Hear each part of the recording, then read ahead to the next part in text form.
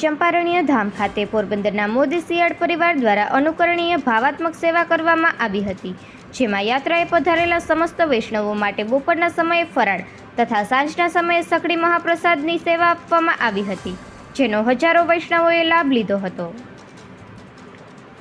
શ્રી મહાપ્રભુજી શ્રી વલ્લભાચાર્યના 548મા પ્રાગટ્ય મહોત્સવ નિમિત્તે પૃષ્ટિ સંપ્રદાયમાં વિશ્વવિખ્યાત તીર્થક્ષેત્રની શ્રી ચંપારણ્ય ધામની યાત્રાએ પધારેલા સમસ્ત વૈષ્ણવો માટે બપોરના સમયે ફરાળ તથા સાંજના સમયે સખડી મહાપ્રસાદની વ્યવસ્થા પોરબંદરના મનુભાઈ મોદી, સાગરભાઈ મોદી પરિવાર અને શિયાળ પરિવાર દ્વારા રાખવામાં આવી હતી, જેમાં સાગરભાઈ મોદી અને સંકેતભાઈ લાખાણી અને ગ્રુપ તેમજ હરીશભાઈ દાસ ભજીયાવાળા દ્વારા પ્રસાદ પીરસવામાં આવ્યો હતો.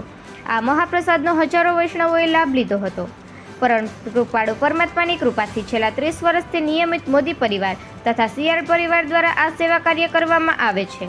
ચંપારણ્ય તીર્થક્ષેત્રમાં શ્રી વલ્લભના જન્મોત્સવ પછી સાંજના સમયે સુખડી મહાપ્રસાદ લેવાનું મહાત્મ્ય ફલપ્રદ રહેલું છે. દર વર્ષે મોદી પરિવાર દ્વારા ચંપારણ્ય ખાતે ભાવાત્મક સેવા આપવામાં આવે છે. શ્રીમદ વલ્લભાચાર્યનું પ્રાગટ્ય છત્તીસગઢ રાજ્યના રાયપુર નજીક વૃક્ષઘટાથી પરમ શોભામાન એવા ચંપારણ્ય ધામમાં વિક્રમ સંવત 1535 એટલે કે ઈસવીસન 1479માં ચૈત્રવદ 11ના દિવસે થયો હતો. દેવી જીવોનો ઉદ્ધાર કરવાના ઉદ્દેશ્યથી વૈષ્ણવ સંપ્રદાયનું સ્થાપન કર્યું, જેને પૃષ્ટિ સંપ્રદાય કહેવામાં આવે છે.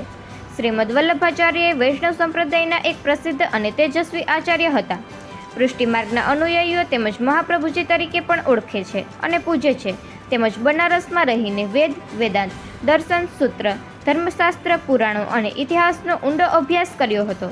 તેમણે સમગ્ર ભારતમાં પર્યટન કરીને પોતાના ધાર્મિક વિચારોનો પ્રચાર કર્યો. રામેશ્વરથી હરિદ્વાર અને દ્વારકાથી જગન્નાથપુરી સુધીના તીર્થોમાં 3 વખત પર્યટન કરીને તેમણે પૃષ્ટિ માર્ગનો પ્રચાર કર્યો. યાત્રા દરમિયાન તેમણે શ્રીમદ ભગવતની કથા અને પારાયણ કર્યા. આજે એ સ્થળો બેઠક તરીકે ઓળખાય છે.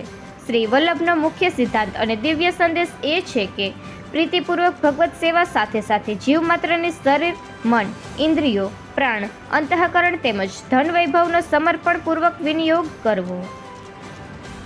નિપુલ પોપટ, પોરબંદર ટાઈમ્સ.